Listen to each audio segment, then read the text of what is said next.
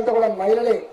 చివరికి భర్త మండల హెడ్ క్వార్టర్కి పోయి యూరియా బస్తా కోసమో విత్తనాల బస్తా కోసమో బ్యాంక్ కోసమో పోతే కూలీలను తీసుకొని కూలీలు లేకపోతే సొంతంగా సర్ది కట్టుకొని పొలం కాడికి పోయి వ్యవసాయాన్ని చేసేది కూడా మహిళనే. అంతేకాదు పిల్లలకు ఫీజులు లేకపోతే బాధపడింది మహిళ.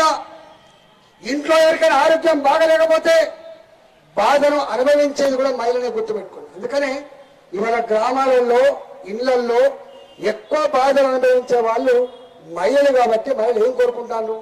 ఇవాళ మా మహిళలు కోరుకుంటున్నారు, ఒక ఇంట్లో క్యాన్సర్ పేషెంట్ అయితే ఒక ఇంట్లో తన కొడుకు బయటకు పోయి యాక్సిడెంట్ అయి సావు బతుకుల్లో ఉన్ననాడు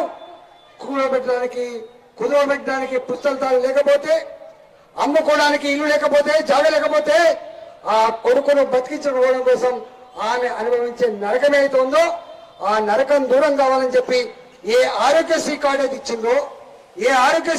ఇచ్చిందో అది సరిగ్గా అమలు చేయమని చెప్పి నా ఆడబిడ్డలు కోరుతా ఉన్నారు. దానికోసం వచ్చింది.